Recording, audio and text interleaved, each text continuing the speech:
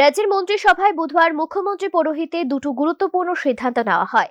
Cabinet meeting এর পর এই দুটো সিদ্ধান্তের কথা সাংবাদিকদের সামনে তুলে ধরলেন মন্ত্রী সুশান্ত চৌধুরী।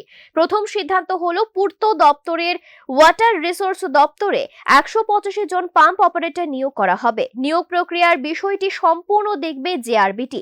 তবে যারা এই পরীক্ষায় বসবেন তাদের প্রত্যেকে মাধ্যমিক উত্তীর্ণ হতে হবে। একই সঙ্গে আইটিআই থেকে যে কোনো ট্রেডে ট্রেনিং এর অভিজ্ঞতাও থাকতে লাগবে, তবেই তারা এই পরীক্ষায় বসার সুযোগ পাবে। অপরদিকে আরেকটি সিদ্ধান্তের কথাও জানালেন মন্ত্রী। এটা হলো ভেটেরিনারি কলেজে প্রফেসর, অ্যাসোসিয়েট প্রফেসর এবং অ্যাসিস্ট্যান্ট প্রফেসর নিয়োগ করা হবে 57 জনকে। টিপিএসসির মাধ্যমে নিয়োগ করা হবে তাদের।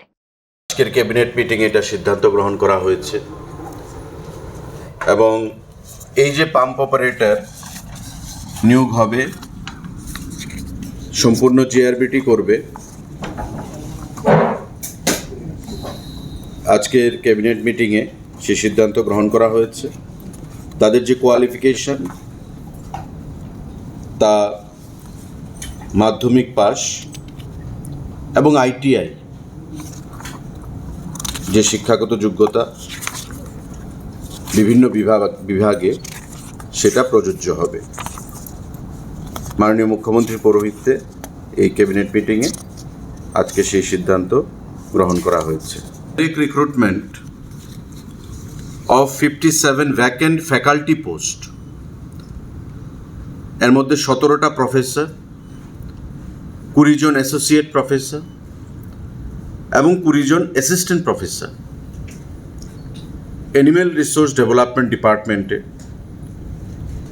রেগুলার পে বেসিসে ভেটেরিনারি যে সায়েন্স কলেজ রয়েছে আমাদের আর.কে. নগরে, সেখানে রিক্রুটমেন্ট করা হবে।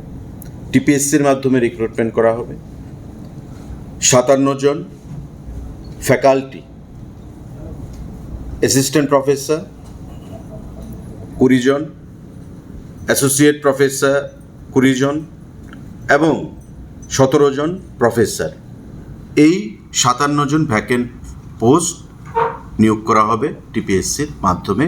আজকে ক্যাবিনেট বৈঠকে এটা সিদ্ধান্ত গ্রহণ করা হয়েছে।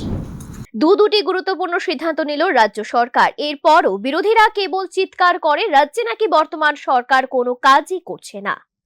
Bureau report, news now.